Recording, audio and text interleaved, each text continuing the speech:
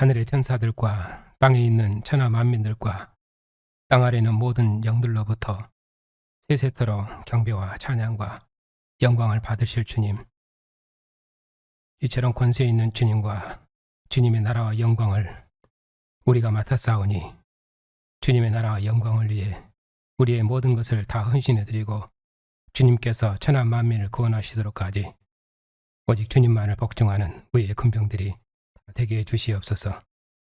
오늘도 하나님 아버지께서 아들 안에서 이루신 구원의 큰 일을 교회가 함께 듣고 이 말씀에서 하나님께서 아들 안에서 행하신 구원의 큰 일을 교회가 함께 찬양하며 주의 상에서 먹고 마시며 생명의 친교를 나눌 수 있도록 복 주시고 또 이 진리의 말씀으로 우리의 믿음을 더욱 견고케 하고 새롭게 하시기 위해서 오늘도 주의 말씀 앞에 우리를 불러 세우시니 참으로 감사를 드립니다. 이 진리의 말씀으로 우리를 더욱 무장시키셔서 모든 어둠의 권세를 대항해서 주의 나라를 만국 중에 세우는 일에 우리가 힘있게 전투해서 주님의 나라를 천하 만국 중에 이루는 주님의 권세 있는 사명을 신실히 감당할 수 있도록 주의 그 은혜를 새롭게 주시옵소서. 예수님의 이름으로 감사하며 기도하옵나이다. 아멘. 자, 오늘은 복음을 어떻게 이해해야 합니까? 복음에 나타난 율법의 연속과 불연속에 대해서 말씀드리겠습니다.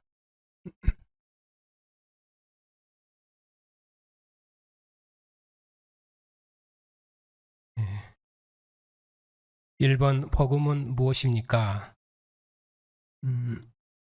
복음은 하나님께서 하나님의 아들 그리스도가 되신다는 소식입니다. 그리스도가 되신다는 소식입니다 했을 때 우리는 예수 그리스도, 그리스도란 말이 거의 관용어구처럼 붙어 있어서 입에는 붙어 있는데 그리스도라는 개념이 우리에게 잘 들어와 있지 않습니다.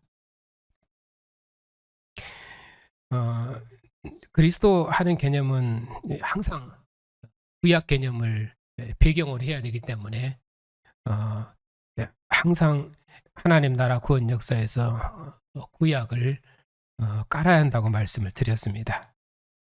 그것이 마치 컴퓨터의 그 운영체계처럼 그것이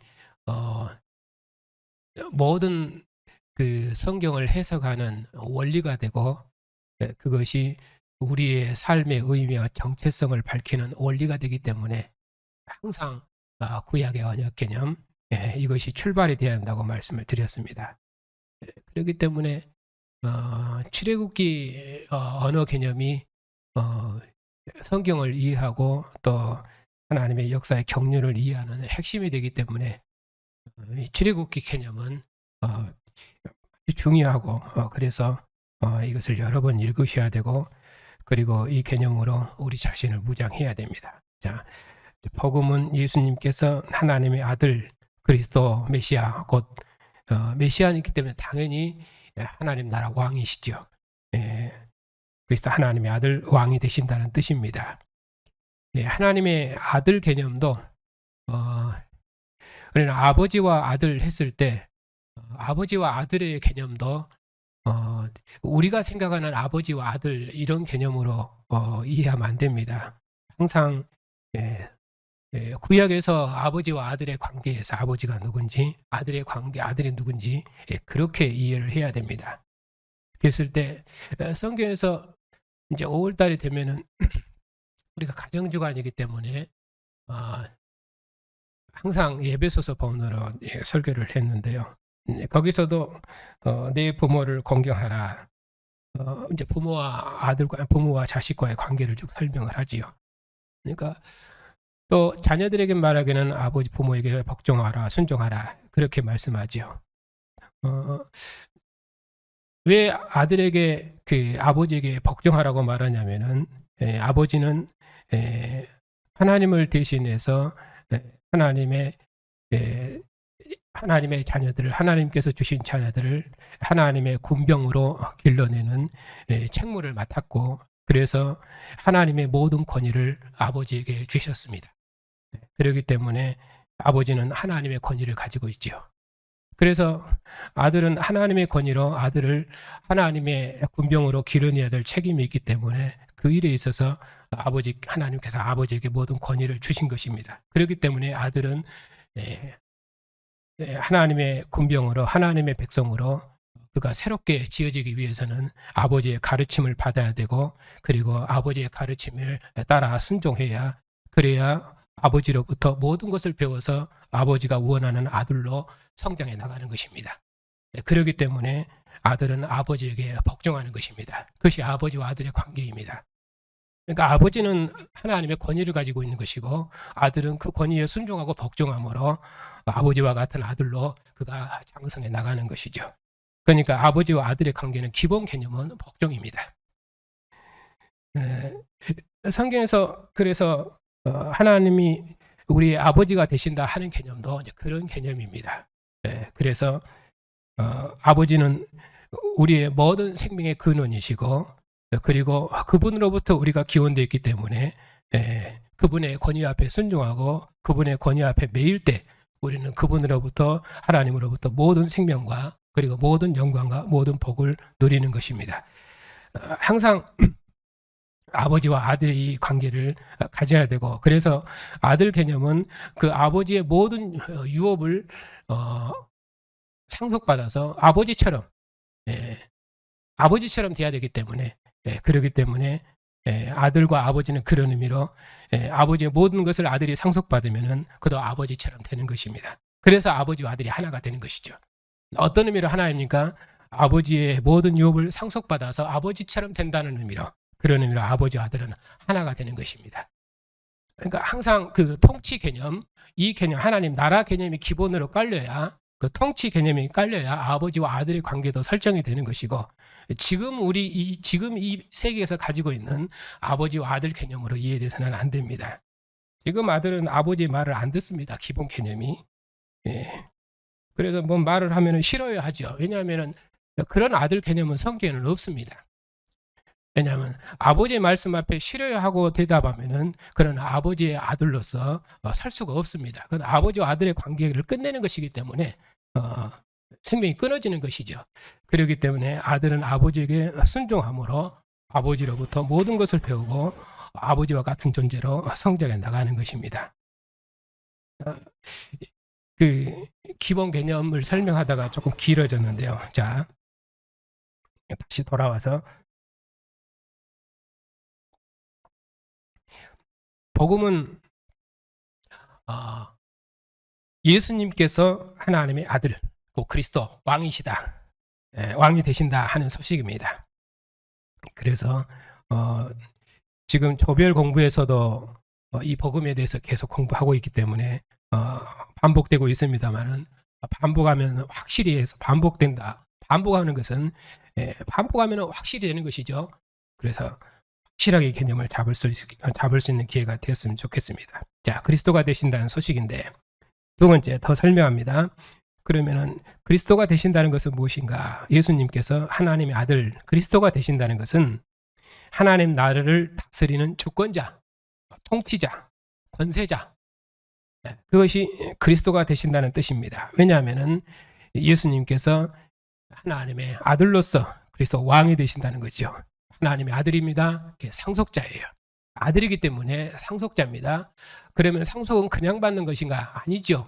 온전히 순종하고 복종함으로 아버지로부터 모든 것을 상속받는 것입니다.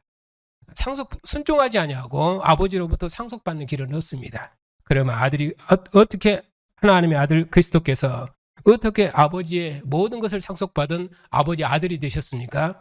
그는 죽기까지 순종하심으로, 죽기까지 복종하심으로 아버지의 모든 뜻을 이루셔서 그가 하나님의 아들이 되셨습니다. 곧 그리스도가 왕이 되신 것이죠.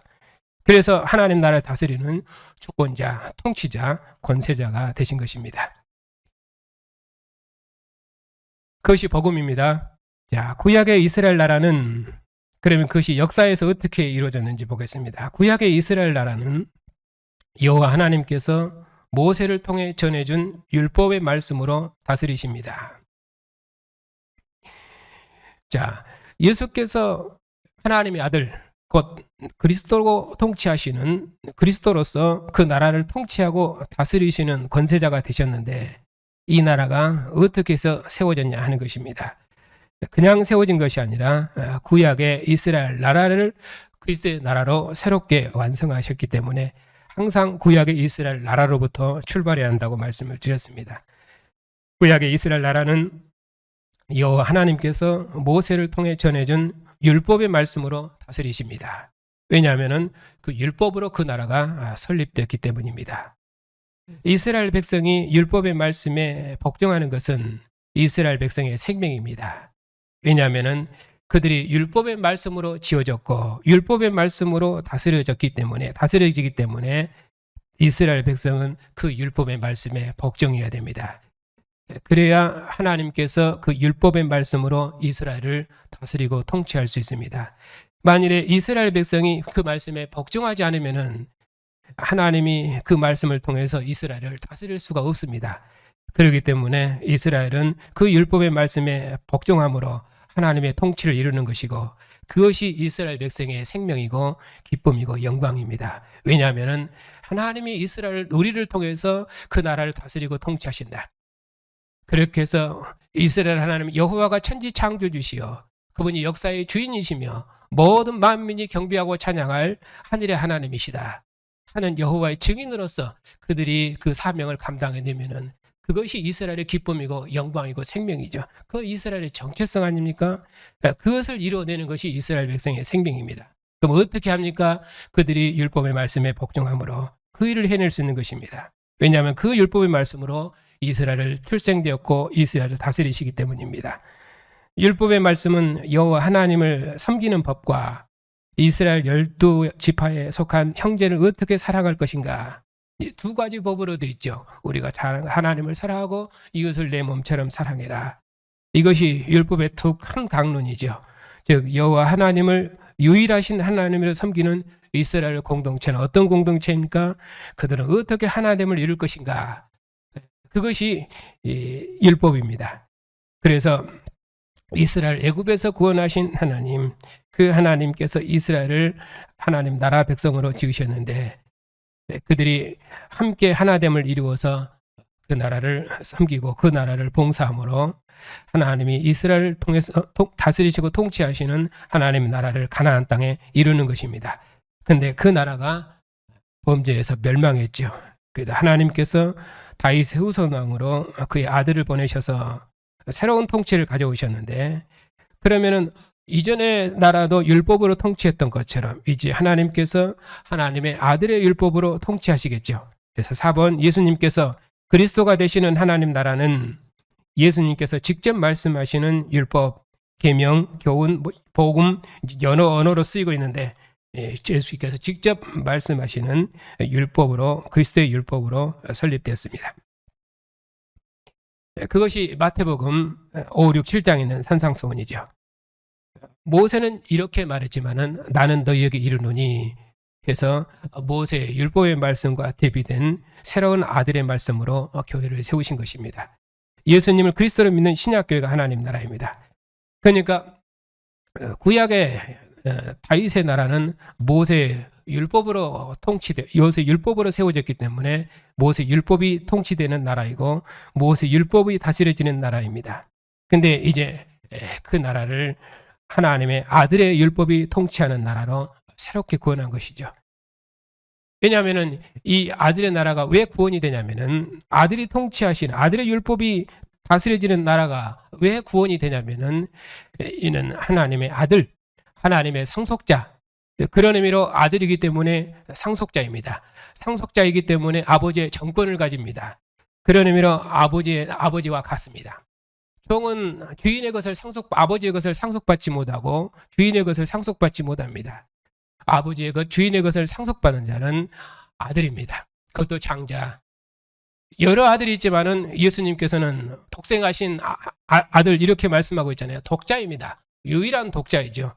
그렇기 때문에 정권을 그가 다 상속받는 것입니다. 아들이 여럿이면 나눠 갖겠지만은 독자이기 때문에 정권을 상속받는 것이에요. 그래서 하나님의 아들이 통치하는 나라, 상속자의 나라가 왔기 때문에 그가 통치하시는, 아들의 율법이 통치하시는 새로운 나라가 왔기 때문에 그 나라에 온 것이, 그 나라가 세워진 것이, 그 율법이 시행되는 것이 곧 구원이 되는 것입니다. 그것이 곧 복음입니다. 지금 모세의 율법과 그리스도의 율법으로, 율법 개념으로 복음을 지금 설명하는 것입니다. 그러니까 율법이 통치하는, 모세 율법이 통치하는 나라를 그리스도의 율법이 통치하는 나라로 새롭게 한 것, 이것이 곧 복음이고 구원이다. 율법의 나라는 종의 나라요. 이제 이런 개념은 이제 그 로마서나 갈라디아서 언어를 쓰는 것입니다. 율법의 나라는 종의 나라요. 그리고 그리스도의 나라는 아들의 나라요. 그렇게 말합니다. 아들이 상속자이기 때문에 아버지의 정권을 가집니다. 그래서 이 나라는 하나님의 나라입니다. 아버지의 나라이고. 왜냐하면 이보다 더 큰 말씀이 없지요. 왜냐하면 아들의 말씀으로 통치하니까. 아들은 곧 아버지입니다. 그런 의미로 하나님의 나라입니다. 그러니까 이보다 더 큰 말씀은 없고 이보다 더 권세 있는 나라는 없습니다. 그런 의미로 이 나라가 영원한 나라요, 영원한 구원이라고, 영원한 생명이라고 그렇게 말씀하는 것입니다. 율법이 다스려지는 나라에서도 이스라엘 백성이 생명을 얻었습니다. 이제 뒤에서 그들이 어떻게 생명을 얻었는가 더 설명할 것입니다. 어떻든 그들도 율법의 다스림을 받아서 생명을 얻었습니다. 그 생명은 성소에서 먹는 생명이었고, 그리고 그들의 대표자인 제사장을 통해서 먹는 생명이었고, 그리고 가나안 땅의 양식을 먹는 생명이었습니다. 그것도 생명이었습니다. 그러나 그 모든 생명은 율법의 저주 아래 있는 생명이었다고 그렇게 말씀하는 것은 이제 율법의 나라는 범죄에서 멸망했기 때문에 그 멸망해버린 그 나라를 이제 구원 역사의 마지막 시점에서 이전 나라를 해석하기 때문에 그런 의미로 그 나라는 온전한 나라가 아니고 율법의 저주 아래 있는 나라라고 말씀하고 율법의 저주 아래에서 누렸던 생명이라고 말씀하는 것입니다. 그래도 그것은 그들에게는 생명이었습니다. 그러나 이제는 하나님의 아들 안에서 하나님의 아들의 통치를 받는, 하나님의 아들의 율법의 통치를 받는 새로운 율법이 왔기 때문에 그런 의미로 이것은 복음이고 그런 의미로 영원한 생명이다. 그렇게 말씀합니다. 왜냐하면 이보다 더 온전한 나라, 이보다 더 큰 나라, 이보다 더 권세 있는 말씀, 왜 아들의 말씀이니까 그런 의미로 영원한 생명, 그렇게 말씀하는 것입니다. 그래서 예수님을 그리스도로 믿는 신약 교회가 하나님 나라입니다. 그러므로 교회가 복음을 이해하고 복종하는 것은 신약 교회의 생명입니다. 예수님을 하나님의 아들로 믿는 교회가 영생을 누립니다. 교회가 복음을 온전히 이해하고 복종할 때만 예수 그리스도 안에서 우리를 구원하신 하나님을 합당하게 섬기고 예수 그리스도 안에서 서로 사랑하고 하나 된 교회를 이루며 그리스도인으로서 복음에 합당하게 세상을 살아갈 수 있는 것입니다. 하나님께서 율법의 말씀으로 이스라엘과 언약을 맺으시고 그 말씀으로 그들을 다스리고 통치하시기 때문에 이스라엘 백성은 그 율법의 말씀에 복종함으로 하나님의 통치를 받는 영원한 생명을 누리는 것입니다. 그처럼 그리스도의 교회도 그리스도의 율법에 순종하고 복종함으로 그리스도의 통치를 받는 영원한 생명을 누리는 것입니다. 이 통치 방식은 하나님의 아들의 통치 방식이기 때문에 이보다 더 큰 통치는 없습니다. 그렇기 때문에 이 통치에 복종하고 이 말씀에 복종함으로 하나님과 함께하는 영원한 생명을 누리는 것이고 그분의 통치를 받는 영원한 생명을 누리는 것입니다. 그러면 복음을 어떻게 이해해야 됩니까? 자, 1번 예수님을 그리스도로 믿는다는 것은 복음을 하나님 나라를 다스리는 율법, 계명 또는 교훈으로 이해하는 것입니다. 예수님을 그리스도 곧 왕으로 믿는다는 것은 그분의 통치를 받는 것이고 그분의 다스림을 받는 것입니다. 그렇기 때문에 이 복음을 하나님 나라를 다스리는 율법, 이 복음을 하나님 나라를 다스리는 율법으로 이해하는 것입니다. 그것이 예수님을 그리스도로 왕으로 믿는다는 것이고 그의 통치 아래 있는다는 것입니다. 예수님을 믿으면 구원을 얻는다는 말도 내 영혼이 지은 모든 죄가 어떻게 용서받고 자유롭게 되는가, 즉 영혼 구원에 대한 개념으로 이해하지 않고 하나님 나라 관점에서 복음을 이해해야 됩니다. 영혼 구원은 이방 종교의 구원관입니다. 성경에서 복음을 설명하고 있는 방식을 따라 복음을 이해해야 한다고 말씀을 드렸습니다. 그래야만 예수님을 그리스도로 믿고 왕으로 믿고 예수님께서 다스리시는 하나님 나라에 들어가는 구원에 이룰 수 있습니다. 하나님 나라는 육체가 죽은 뒤에 영혼이 들어가는 것이 아니라 지금 역사에서 예수 그리스도께서 복음을 통해 통치하시는 나라, 그것이 하나님 나라입니다. 죽은 다음에 영혼이 가는 구원에 대한 개념은 그것은 이방 종교 개념이지 성경이 말하는 구원 개념은 아닙니다. 그러면은 죽은 다음에 우리의 영혼이 하나님께로 간다는 말은 무슨 말이냐? 성경에 있는 말이잖아요.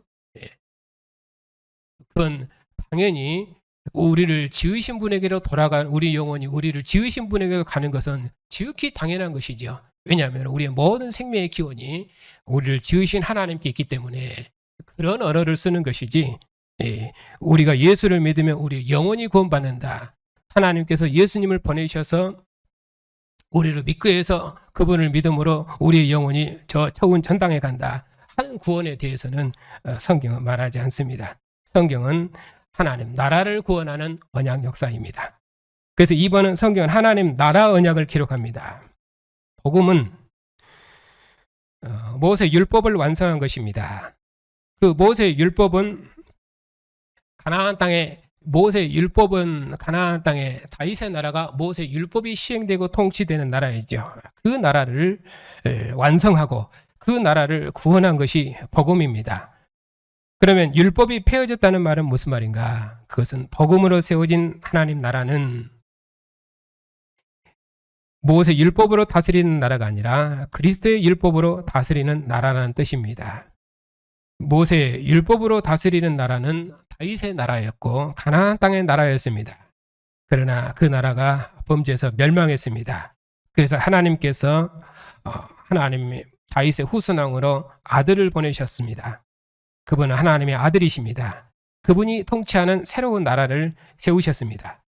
그렇기 때문에 이전에 하나님께서 모세를 그들의 인도자로 세우셔서 모세를 통해서 율법을 주시고 그 나라를 다스리고 통치하도록 했던 것처럼 이제 하나님께서 그리스도를 우리의 인도자로 세우셨지요. 그래서 마가복음에서도 예수님께서 변화산에 올라가셨을 때 이는 내 사랑하는 아들이요 내 기뻐하는 자라 말씀하시면서 너희는 그의 말을 들으라 그렇게 말씀하시죠. 그 신명기 배경을 가지고 오고 있는 것인데 하나님께서 모세를 인도자로 세우셔서 모세를 믿고 따름으로 그들로 하나님의 통치를 받도록 했던 것처럼 이제 하나님께서 끝날에 그리스도를 보내셨습니다.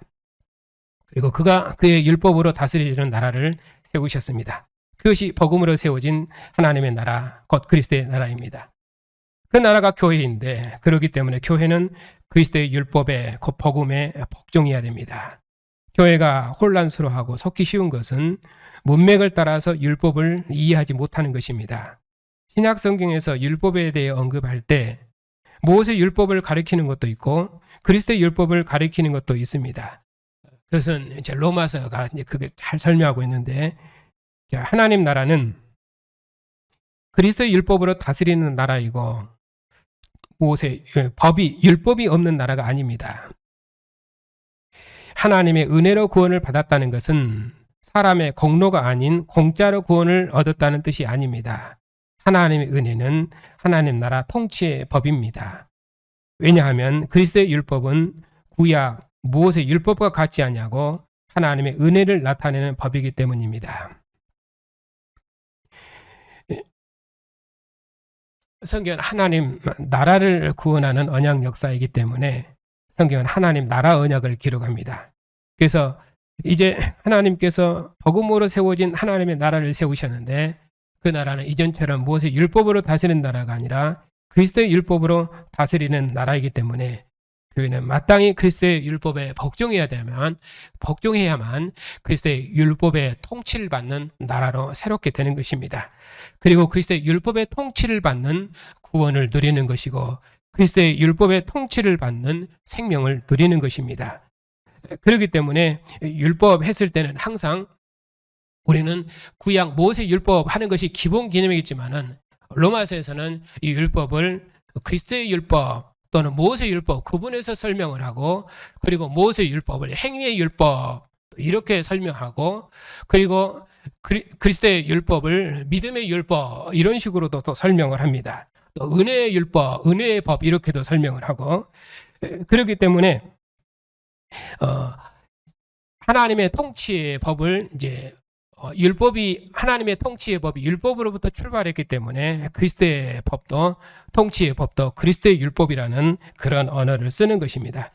그래도 그 율법에 쓸 때는 그 행위로 말미암지 않고 은혜로 말미암아 구원을 얻는다. 그 로마서에 있는 말씀이죠. 사람이 의롭게 되는 것은 율법의 행위에 있지 아니하고 믿음으로 되는 줄 우리가 아노라, 그렇게 말씀하지 않습니까?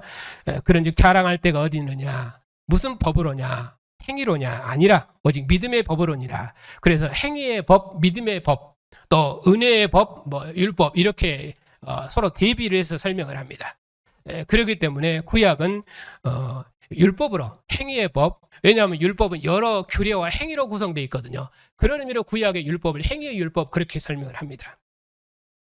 근데 그 행위의 율법과 대비된 법을 은혜의 율법, 또 믿음의 율법 이렇게 설명을 해요.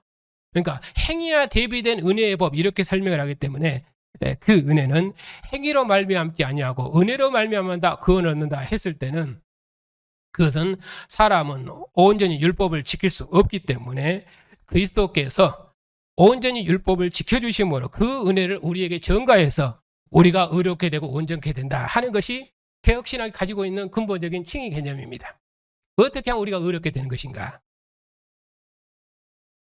그러나 성경은 그렇게 설명하지 않고 있죠.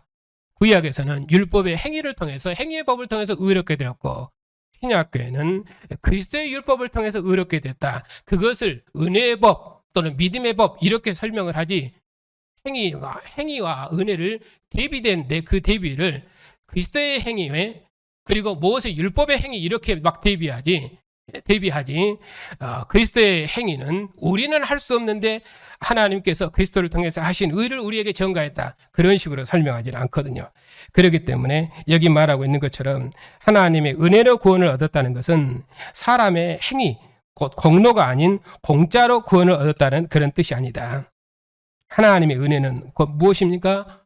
율법의 나라를 그리스도의 나라로 바꾼 것이죠. 율법이 통치하는 나라를 그리스도께서 통치하시는 나라로 새롭게 한 것입니다. 그것이 하나님의 은혜의 일입니다. 그것을 로마서에서는 이제 나타난 의라고 표현을 합니다. 이전의 율법도 의로워서 이스라엘 백성들을 하나님의 통치를 받는 의의 백성으로 만들었습니다. 그러나 그 의는 실패한 의였죠. 온전한 의가 아니었습니다. 그러나 이제 나타난 의는 무엇입니까? 그 범죄버린 율법이 온전히 시행되지 못해서 하나님의 의의 통치가 온전히 이루어지지 못한 나라를 하나님의 아들을 통해서 세우셨지요. 이 아들은 죽기까지 복종하심으로 율법이 이루지 못했던, 행위의 율법이 이루지 못했던 하나님의 온전한 통치를 이 아들이 온전히 이루었거든요. 죽기까지 순종하심으로. 그런 의의 나라를 그리스도의 순종을 통해서 이루신 것이죠. 그것을 은혜의 법 이렇게 로마서는 설명을 했습니다. 그러니까 사람의 공로가 아니라 공짜로 구원 얻었다, 그런 뜻이 아니라 하나님의 은혜는 하나님의 나라의 통치의 법인데, 그 은혜의 법 무엇입니까? 그리스도의 율법. 그리스도의 율법으로 통치하는 새로운 통치가 온 것이죠. 왜? 그리스도께서 통치하시는 나라가 왔기 때문에 당연히 그 나라의 왕인 그리스도의 율법이 통치하는 나라죠. 그런 의미로 하나님의 은혜는 하나님 나라의 통치의 법인데 곧 그리스도의 율법이 통치하는 새로운 통치가 온 것이다. 그것이 하나님의 은혜다. 3번 복음은 예수 그리스도의 피로 세워진 언약입니다. 모세 율법은 짐승의 피로 세워진 언약이었습니다.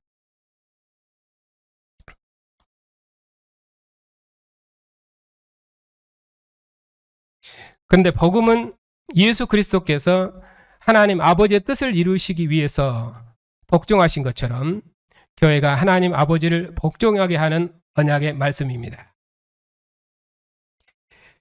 그리스도께서 아버지의 뜻을 이루기 위해서 죽기까지 복종하신 것처럼 교회가 하나님 아버지를 복종하게 하는 복음은 교회가 하나님 아버지를 복종하게 하는 언약의 말씀입니다. 어떻게 해서 교회가 하나님 아버지를 복종합니까? 교회는 이스라엘 백성들이 언약을 배반한 것처럼 죄 아래 살아갈 수 없습니다.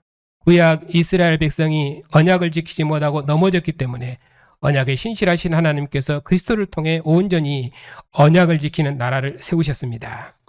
구원은 예수 그리스도의 신실하심처럼 우리도 언약의 신실한 자로 살아가는 것이며 예수 그리스도 안에서 하나님을 온전히 섬기고 하나님의 말씀에만 복종하는 하나님의 나라를 이루는 것입니다. 이것이 성경에서 말씀하시는 예수 그리스도로 말미암은 영생과 구원입니다.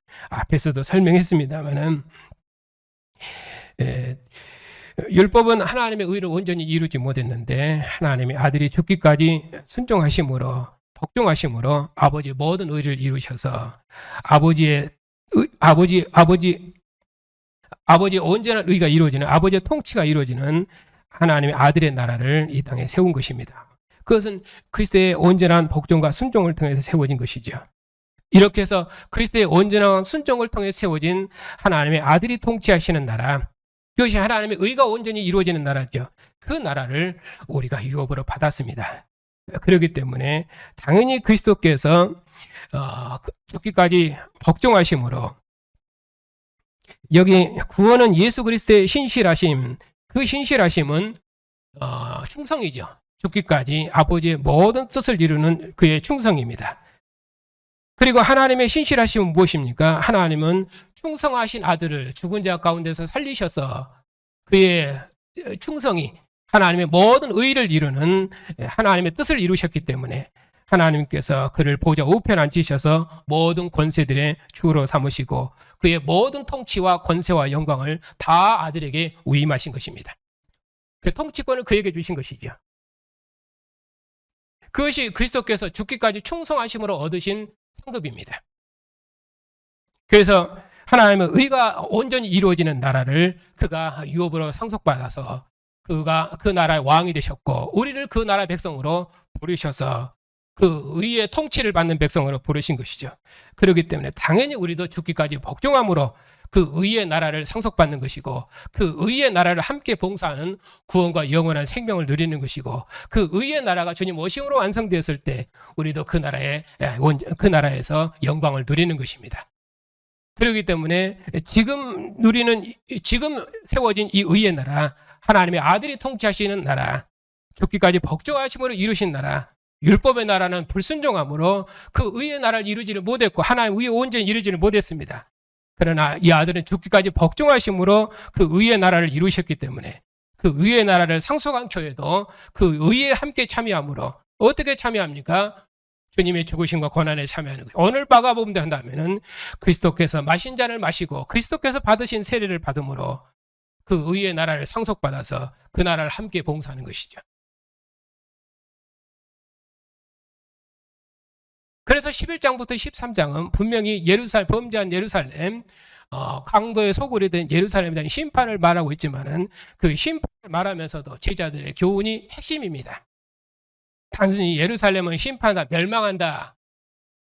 그걸 말하려고 하는 것이야. 그런 심판 중에도 온전히 자기 모든 생명을 들여서 하나님 앞에 헌신하는 과부가 있고 그리고 주의 말씀을 기쁨으로 듣고 즐겁게 듣는 무리들이 있습니다. 그들이 그 나라를 상속받을 것입니다. 바로 그런 그들을 통해서 주의 나라를 이루실 것이죠.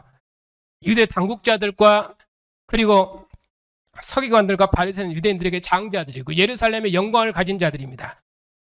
그러나 그들은 하나님의 말씀 앞에 복종하지 않으므로 하나님이 그들에게 준 장자의 특권과 영광을 다 잃어버리고 예루살렘의 모든 영광을 다 잃어버렸습니다. 거기에 하나님의 영광과 이름까지 다 잃어버렸습니다. 그러나 하나님께서는 구약에서는 참으로 비천하고 셀 수 없는 그런 자, 참으로 연약한 자이지만 그런 과부 같은 그런 자들이지만 상속을 받지 못한 자이고 그런 자들을 하나님께서 그런 자들의 온전한 헌신, 전 생명을 들여 헌신하는 헌신을 기뻐하시고 그들을 통해서 주의 나라를 이룰 것입니다. 그러니 주님께서도 고난을 통해서 영광을 얻으셨던 것처럼 교회도 세상으로부터 많은 고난과 환난을 받겠지만은 끝까지 인내하고 지켜내고 내가 오도록까지 내가 너희에게 준 직무를 신실히 수행해서 반드시 열매 맺어서 내가 왔을 때 하나님 앞에 내놓을 것이 있도록 하고 내가 왔을 때 잠자지 않도록 항상 깨어 있어서 충성해라. 그것이 이제 13장에 이르는 제자도이죠. 그렇기 때문에 교회가 누리는 영원한 생명, 구원은 무엇입니까?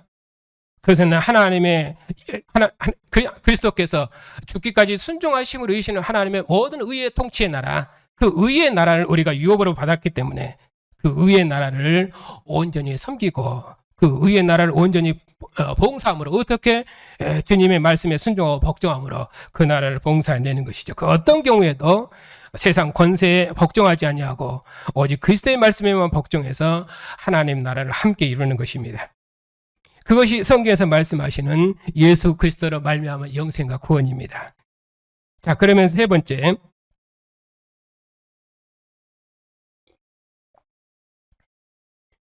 복음에 나타난 율법의 연속과 불연속은 무엇입니까? 복음은 구약 모세 율법을 완성한 것입니다.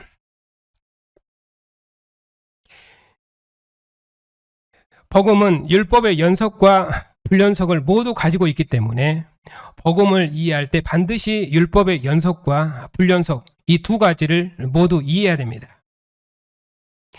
율법의 연속이란 복음을 이해할 때 모세 율법을 토대로 이해하는 것입니다. 율법을 토대로 이해하지 않는 것이 이방인의 종교관, 철학으로 복음을 이해하는 것입니다. 율법의 불연속이란 복음을 이해할 때 그리스도께서 세우신 새로운 하나님 나라 법으로 이해하는 것입니다. 구약의 나라와는 전혀 다른 새로운 나라입니다. 불연속이 드러나지 않으면 여전히 이스라엘 백성처럼 하나님을 섬기는 것이고 그리스도께서 세우신 하나님 나라를 살아가는 것이 아닙니다. 신약 성경을 읽을 때 신약 성경 전체에서 율법의 연속과 불연속이 무엇인지 이해해야만 신약 백성으로서 하나님 나라를 살아가는 것입니다. 지금 제가 설교하는 것이 바로 이 율법의 연속과 불연속으로 지금 설교를 하고 있습니다. 당연히 구원은 율법의 나라를 완성한 것이 구원이고 복음이기 때문에 율법의 나라를 떠나서 모세 율법의 나라를 떠나서 그리스도의 나라를 설명할 수가 없습니다. 그렇기 때문에 반드시 메시아는 유대인에게서 나와야 하는 것입니다. 그것이 복음의 연속입니다. 그러므로 복음을 이해할 때 모세의 율법을 토대로 이해한다는 말은 그런 말입니다. 그러나 복음의 불연속이란 것은 무엇입니까?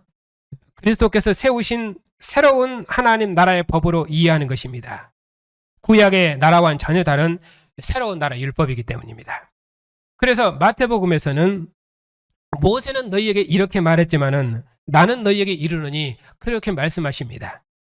왜냐하면 구약의 나라는 모세 율법으로 설립된 나라이기 때문에 모세 아래에 속한 모든 이스라엘의 선지자는 모세는 이렇게 말했는데 모세는 이렇게 말했다고 말해야 됩니다. 만일에 모세를 떠나서 말하면 그는 거짓 선지자입니다. 왜냐하면 다 모세 아래에 있거든요. 근데 예수님께서 모세는 이렇게 말했지만 나는 너희에게 이르노니 이렇게 모세 율법을 뛰어넘는 새로운 율법, 새로운 통치의 법을 주신 것입니다. 그러면은 모세 율법을 뛰어넘는 새로운 통치의 법을 주실 수 있는 분은 오직 하나님뿐이시죠. 왜냐하면은 이스라엘의 모든 선지자는 모세에게 속해 있고 모세 아래에 있기 때문에 그렇습니다. 그러니까 모세를 뛰어넘는 선지자는 그리스도 하나님밖에 없지요. 그래서 모세에게 율법을 주신 하나님께서 끝날에 아들을 통해서 새로운 통치의 법, 아들을 보내셔서 아들을 통해 통치하시는 새로운 통치의 법, 그리스도의 율법을 주신 것입니다. 그렇기 때문에 이제 선지자의 율법, 선지자를 통해서 가르쳐지는 모세 율법의 통치를 뛰어넘는 하나님의 아들의 통치의 법, 그 법이 왔기 때문에 이 법은 영원한 법이요 마지막 법입니다. 왜냐하면 이보다 더 큰 법은 없고 이보다 더 완전한 법은 없기 때문에 어떤 의미로 하나님의 그의 아들, 상속자, 그의 아들을 통해서 그 나라를 다스리고 통치하는 법이기 때문에 그런 의미로 그리스도의 율법은 영원한 법이고 그리스도께서 주시는 생명은 영원한 생명이고 그리스도께서 주신 구원은 영원한 구원이라고 말한 이유가 그것 때문입니다. 왜냐하면 이보다 더 큰 통치의 법과 완전한 통치의 나라는 없기 때문에 그렇기 때문에 구약의 나라와는 전혀 다른 새로운 나라를 세우신 것입니다. 그것이 불연석입니다. 그러니까 이 불연석이 드러나지 않으면 여전히 이스라엘 백성처럼 하나님을 섬기는 것이고 그리스도께서 세우신 하나님 나라를 살아가는 것이 아닙니다. 신약 성경을 읽을 때 신약 성경 전체에서 율법의 연속과 불연속이 무엇인지 이해해야만 신약 백성으로서 하나님 나라를 살아가는 것입니다. 지금 이 과정을 계속하는 것은 이제 성경을 스스로 읽을 수 있도록 하기 위해서 그렇게 하는 것이고 그리고 예배에서 하나님의 말씀이 우리에게 생명이 되고 더 능력이 될 수 있도록 예배 언어를 이해하도록 하기 위해서 지금 이 개념을 끊임없이 반복하는 것입니다. 그렇기 때문에 우리 자신들뿐만 아니라 우리의 자녀들에게도 이 개념을 확실하게 가르쳐서 이 언어 개념으로 성경을 읽어 들어가고 그리고 이 언어 개념으로 말씀하는 설교를 들을 수 있도록 해줘야 됩니다. 그래야만 우리 아이들이 이 말씀으로 자라갈 수 있는 것입니다. 왜냐하면은 이 개념을 심지 못하면은 그러면 결국 자기 언어 개념으로 설교를 듣는 것이고 자기 언어 개념으로 성경을 읽어서 결국 하나님 나라 통치의 법, 언약의 법으로 성경을 읽어내지 못하면은 그러면은 그리스도의 백성으로 살아가지 못하게 되는 것입니다. 말은 그리스도의 백성인데 말은 백성은 그리스도의 백성인데 여전히 구약의 흔적이 남아있고 모세의 흔적이 남아있으면은 그것은 그리스도의 교회가 될 수 없는 것입니다.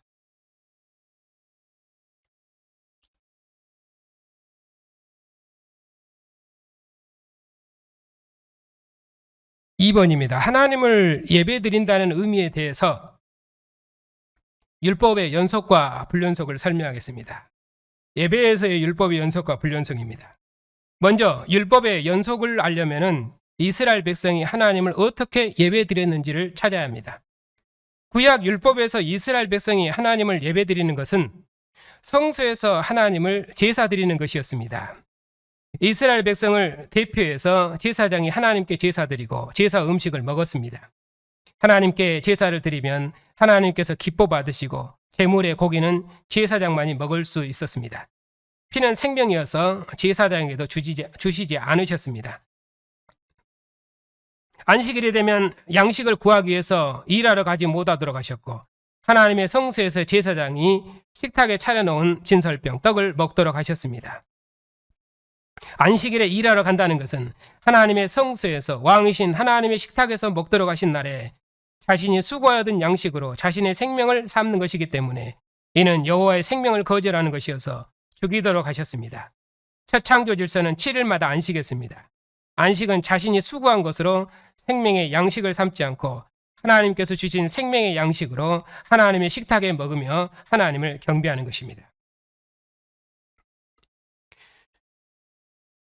나는 너희 하나님이 되고 너희는 내 백성이 되리라. 시내산에서 율법의 말씀으로 이스라엘과 언약을 맺으신 하나님께서 그들의 대표인 제사장을 하나님의 성소로 부르서 어떻게 하나님의 상에서 함께 먹고 마시며 하나님의 상에서 어떻게 제사하며 하나님의 상에서 어떻게 하나님과 함께 생명의 친교를 나눌 것인지 그런 하나님과의 생명의 친교, 제사 그것이 레위기이죠.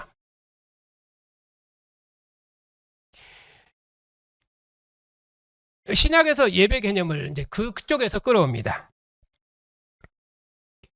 그렇기 때문에 예배는 실은 하나님의 성소에서 하나님 나라 백성으로 부르신 자기 백성을 하나님이 그의 성소로 부르셔서 그의 상에서 먹고 마시는 생명의 친교를 누리도록 하는 것 그것이 구약에서 예배지요. 그러니까 제사가 예배입니다.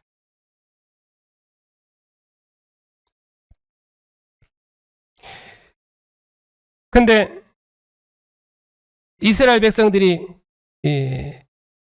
여호와의 상에서 함께 먹고 마시는 이 생명의 교제를 누리는데 그들이 생명의 교제를 누릴 때 그 양식을 하나님의 상으로 가지고 나가죠.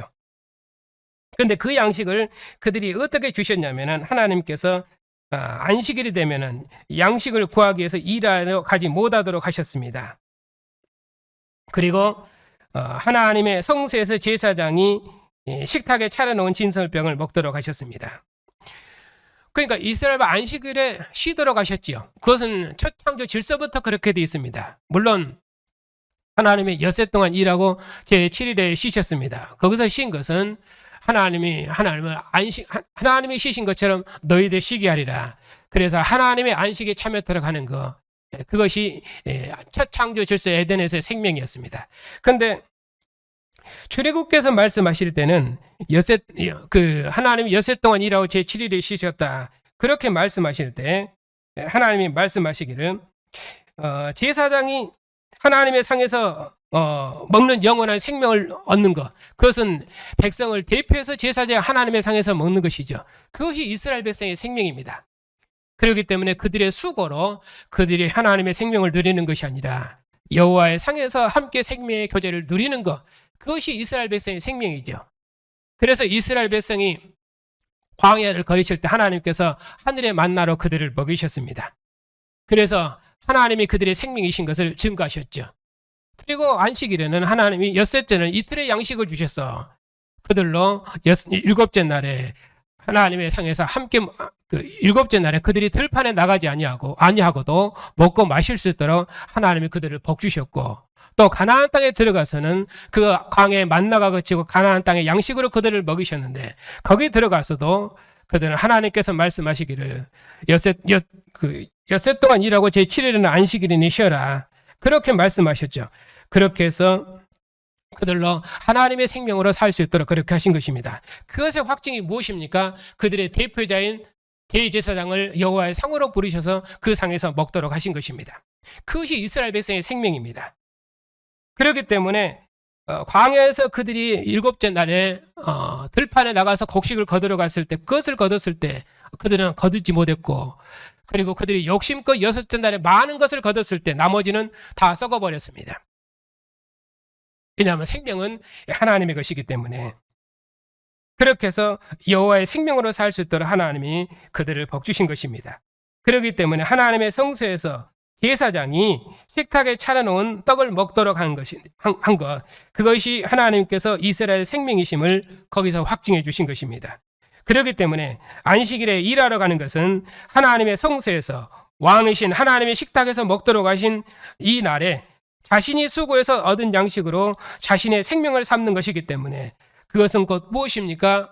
여호와의 상에서 먹는 생명, 여호와께서 사람의 생명이시다 하는 하나님의 생명을, 그것은 거절하는 것이고, 또 그런 의미로 하나님의 생명을 거절하는 것이기 때문에 그런 자는 죽이도록 그렇게 하셨던 것입니다.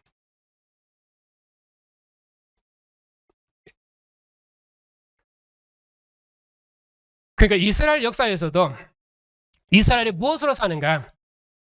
그들이 가나안 땅에 풍요로운 양식으로 하나님이 그들을 먹이셨을 때까지라도 그들은 여호와의 상에서 그들의 대표자를 통해서 여호와의 상에서 먹고 마시는 생명의 친교로 사는 것, 그것이 이스라엘의 생명이었습니다.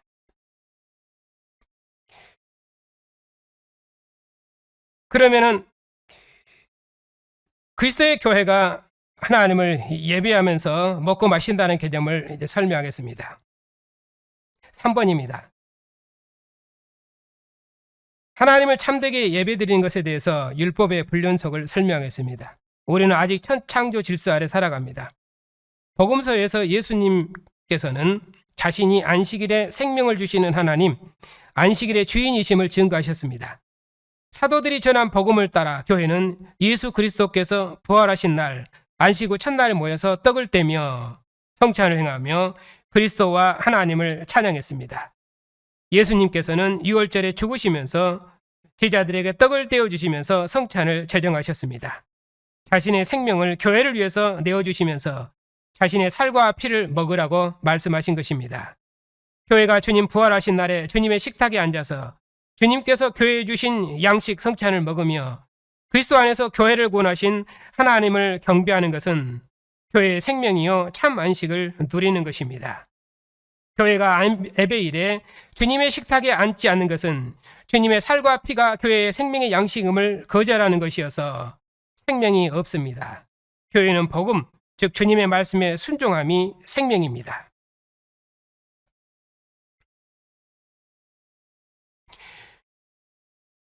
이스라엘이 가나안 땅에 부유한 양식을 먹으면서도 그들은 제7일에 하나님을 예배하는 백성, 하나님의 상에서 먹고 마시는 백성으로 그들을 구원하셨습니다. 그것이 이스라엘의 생명입니다.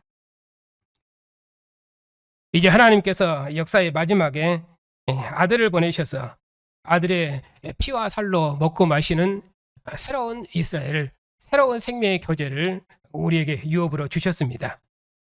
주님께서 죽으시고 부활하심으로 하나님의 아들이 통치한 나라, 죽음을 정복한 나라, 생명의 왕 노릇하는 나라를, 죽음을 이긴 생명의 왕 노릇하는 나라를 유업으로 우리에게 주시고 그 나라 백성으로 우리를 함께 그 나라를 봉사하며 섬기도록 복 주셨습니다. 그렇기 때문에 주님께서 죽음을 이기시고 부활하신 이 생명의 날에 주님의 교회가 주님의 식탁에 앉아서 주님께서 교회에 주신 양식을 먹으며 그리스도 안에서 교회를 구원하신 하나님을 경배하는 것, 그것이 교회가 누리는 생명이요 참 안식입니다. 이스라엘이 일곱째 날에 하나님의 생명의 상에서 함께 교제하지 않냐고 일하러 가는 자를 죽인 것처럼 그들은 그런 의미로는 가나안 땅의 생명의 교제를 누리지 못했던 것이죠. 그것이 구약의 이스라엘 백성들이 받은 심판입니다. 이제 하나님께서 끝날에 아들을 보내셔서 아들의 죽으심과 부활을 통해서 그리스도의 피와 살로 먹고 마시는 새로운 인류, 새로운 교회, 새로운 생명의 공동체를 세우셨습니다.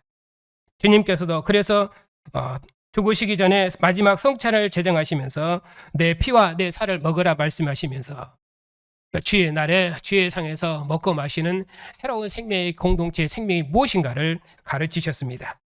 그러니 교회가 안배일에 주님의 식탁에 앉지 않는 것은 그것은 주님의 식탁에서 먹고 마시는 생명의 교제보다 더 큰 생명의 교제가 있는 것이어서 그런 주님의 나라 백성으로 주님의 상에서 먹고 마시는 생명에서 저주되는 것입니다. 그것이 신약교회가 누리는 생명이고 신약교회가 받는 심판입니다.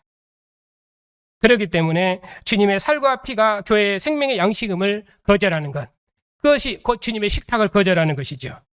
그런 의미로 교회는 복음, 곧 주님의 말씀에 순종함이 생명입니다. 왜냐하면 하나님께서 율법의 말씀으로 이스라엘을 어떻게 하나님의 경영하는, 하나님의 통치하시는 나라로 이루셨는가 하는 것을 율법의 말씀을 통해서 나타내시고 그 말씀에 순종하는 백성들을 통해서 하나님의 모든 통치를 이루었던 것처럼 이제 끝날에 죽기까지 순종하신 아들을 통해서 하나님의 온전한 의와 통치가 이루어지는 하나님의 아들의 나라, 천국, 하나님 나라, 곧 교회를 세우시고 이 교회에 속한 신실한 자기 백성들을 통해서 주님의 나라를 만국 중에 이룰 것이고 만민이 주의 상에서 먹고 마시는 생명의 나라, 생명의 공동체를 이루어낼 것입니다. 주님께서 자신의 몸을 주셔서 이루신 나라, 하나님께서 죽기까지 순종하신 아들을 죽은 자 가운데 살리셔서 하늘 보좌 우편의 영광을 주신 하나님, 그리고 지금도 부활하신 아들의 영으로 교회 모든 증거에 함께 하시는 주의 성령의 역사하심, 그리고 그 말씀에 순종하며 복종하며 주님의 뜻이 이루어지기를 간절히 소망하며 주님께서 세세토록 만민으로부터 경배와 찬양을 받으시는 그 온전한 나라가 이루어지기를 소망하면서 주님의 나라와 영광을 봉사하는 그 백성들이 함께 연합해서 주님의 나라를 이 땅에 이루는 것입니다. 그러니까 그것은 하나님의 주권적인 역사, 물론 그것만 있는 것이 아니라 그것을 이루는 것이 아니라 하나님의 주권적인 역사, 하나님이 분명히 자기 백성과 함께 그 역사를 경영할 것입니다. 그러나 순종하는 자기 백성이 없으면 하나님은 그 나라를 이룰 수가 없습니다. 하나님은 순종하는 자기 백성, 신실한 자기 백성, 충성하는 자기 백성과 함께 그의 나라를 이루시기 때문입니다. 그래서 마가복음에서도 마지막 제자도의 교훈이 그것입니다. 주님 오시도록까지 깨어있으라. 내가 오도록까지 깨어있으라. 내가 왔을 때 잠자지 않도록 깨어있으라. 그래서 내가 왔을 때 열매 맺도록 해라. 그래서 내가 너희에게 맡긴 그 직무를 따라서 반드시 열매를 맺어라. 내가 수를 세리라. 그렇게 말씀했잖아요. 그러니까 거기 중간에 뭐가 있냐면은 이스라엘을 유대 관원들을 심판하시면서 포도원 농부 비유가 핵심입니다. 그렇기 때문에 하나님께서 이스라엘 백성들에게 각각의 포도원을 남기셨습니다. 그건 자기가 자신이 맡은 직무지요.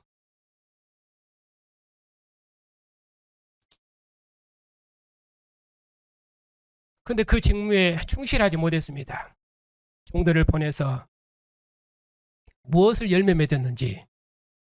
왜냐하면 종들이기 때문에 과손을 맡았기 때문에 열매를 맺어야 되는 것이거든요. 그래서 열매를 내놓으라고 하면은 그러면은 하나님이 보내신 종들을 다 죽였습니다. 주인이 보낸 종들을 죽였습니다. 거듭 보냈지만은 그들이 다 죽였습니다. 그리고는 마지막에 아들을 보내니까 이는 상속자니 죽이자 하고 그랬죠.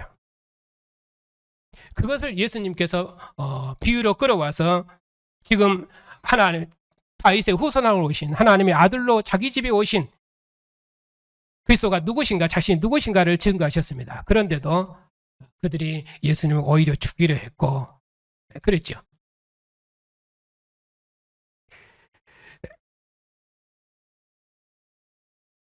우리는 그냥 예수 믿고 죽은 다음에 천당 가도록 구원을 받은 것이 아니라 그 나라를 맡은 것입니다. 나라를 맡았어요. 나라를 맡았기 때문에 반드시 하나님이 심판하십니다. 하나님은 이방에 심판할 것도 없습니다. 왜냐하면 그가 다시 오시면은 그것은 주님의 교회의 증거를 받지 아니하고 그의 나라에 들어오지 아니하고 세례받지 않고 그의 구원을 거절하는 자는 마땅히 심판을 받겠지요. 그러나 그런 자들은 그건 마지막 심판이고 주님께서 오시면은 누구를 심판하시게 오십니까? 그의 교회를 심판하시게 오시죠. 왜냐하면 하나님께서 그의 아들을 보내셨을 때도 이방인을 심판하시기 위해서 보내는 것이 아니라 자기 백성을 심판하시기 위해서 오셨거든요. 그렇기 때문에 마지막 오실 때도 자기 백성을 심판하기 위해서 오십니다. 그러면은 그 심판이 우리를 죽이라는 심판입니까? 두려운 심판입니까? 아니지요. 왜냐하면 그가 심판주로 오시지만은 그 심판주로 오시는 주님을 우리가 두려워하지 않는 것은 오히려 기쁨으로 감사로 받을 수 있는 것은 그분이 우리의 생명의 주님이시고 그분이 우리에게 모든 직무를 맡기신 분이고 그리고 이 직무를 맡기신 분이 우리로 상 주시려고 오시는 것이거든요. 그렇기 때문에 주님의 오심이 우리에게 오히려 은혜고 그것이 감사고 기쁨이고 영광인 것이지 그것이 저주와 두려움이 아닌 것입니다. 그러나 그 주님이 오심이 두려움이 되는 것자는 누굽니까? 하나님이 주신 모든 은혜의 선물을 받고도 그 은혜로 하나님의 영광을 봉사치 아니하고 썩힌 것이지요. 그리고는 주님의 나라를 위해서 아무것도 행한 것이 없이 왔다 갔다 하면은 그러면은 주님께서 열매를 알리라 그렇게 말씀하시고 자기 종들을 다 불렀을 때 다 세시지 않습니까? 몇 달란트를 남겼느냐 몇 달란트를 남겼느냐 주님은 그것을 물으시는 것이에요. 왜냐하면 우리는 하나님 나라를 맡았거든요. 예수 믿고 우리의 영혼이 죽은 다음에 어디 가는가 그런 구원을 맡은 것이 아니라 하나님 나라를 맡았거든요. 그러니까 직무입니다. 그 직무는 교회에서 말하는 직무는 무엇입니까? 목사와 장로와 집사지요. 그 직무에 우리가 부르셨습니다. 그래서 각자 주어진 자리에서 자기 직무를 충성스럽게 감당해야 됩니다. 어떻게 감당해야 됩니까? 주님께서 그에게 죽음의 잔을 십자가의 잔을 그에게 그 자리에 그에게 맡겨졌을 때 그는 죽음의 세례를 받으셨고 그리고 죽음의 잔을 받으셨습니다. 그것이 주님의 충성이죠. 그래서 하나님은 그런 주님의 충성을 기뻐하시고 보좌 우편의 영광을 그에게 주시고 모든 통치권을 아들에게 주셨습니다. 그리고 그가 만국을 다스리십니다. 우리가 그 나라를 맡았습니다. 그렇기 때문에 주님 오시도록까지 우리에게 맡겨진 직무를 따라 각자 주어진 자리에서 최선을 다하는 것이 아닙니다. 각자 주어진 자리에서 최선을 다하는 것이 아니라 각자 주어진 자리에서 생명을 다하는 것입니다. 그래서 마가복음에서는 과부의 전적인 헌신, 저희 전 생명을 전 재산을 헌신하는 전 재산을 다 들여서 헌신하는 그런 헌신. 그리고 주님의 말씀을 기쁘게 듣는 자들, 즐겁게 듣는 자들, 그들이 예루살렘의 멸망 중에도 구원받은 의로운 백성들이고 그들을 통해서 새로운 나라를 세우실 것을 말씀하십니다. 그들이 새로운 예루살렘의 영광을 얻을 것이고 하나님은 그들에게 모든 영광을 주셔서 그들을 통해서 만국을 구원하는 하나님의 구원 역사를 이루실 것입니다. 그 영광으로 우리가 부르심을 입었습니다. 그렇기 때문에 우리의 모든 생명을 다해서 각자 맡은 바 직분을 따라서 주님의 나라 영광을 힘있게 봉사합시다. 그러면은 하나님께서 우리를 통해서 그의 나라를 이루실 것입니다. 우리가 그의 군병으로 부르심을 받았고 하나님 우리를 부르셨기 때문에 하나님 우리에게 주실 것입니다. 왜냐하면 하나님 부르셨는데 아무것도 주시지 않으면 군병으로 부르셨는데 총을 주지 않고 대포를 주지 않으면 더구나 제 전방에 보냈으면 권총 주면 안 되겠죠. 그럴 때는 포탄도 주는 것이고 그리고 대포도 주는 것입니다.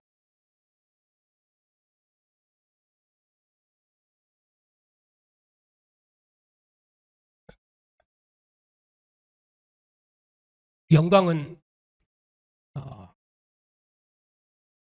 사모하는 자의 것이고 추구하는 자의 것이고 열심 있는 자의 것입니다. 그런 생을 다한 열심으로 주님의 나라 영광을 봉사했을 때 주님께서 영광 중에 다시 오시면은 주님께서 잘했다 칭찬하시고 그의 나라에서 영광이 있을 것입니다. 그것이 다윗의 나라가 그러잖아요. 다윗의 나라가 완성되었을 때 다윗의 군장들이 어떻게 그 다윗의 나라에서 영광을 얻었습니까? 그래서 그들은 주님 좌우편의 영광을 구한 것이 제자들도 구한 것입니다. 그냥 예수님 믿고 교회 왔다 갔다 하고 그렇게 신앙생활하는 것이 아닙니다. 주님의 나라와 영광을 위해서 우리의 모든 생을 다 들여서 어느 위치에 있든지 간에 어떤 상황이 있든지 간에 주님의 나라를 위해서 봉사하면 우리의 생을 다하면 하나님께서 우리의 수고를 통해서 영광을 받으실 것입니다. 그 나라가 임하도록까지 여러분의 헌신을 통해서 하나님의 온전한 뜻을 이루시기를 축복합니다.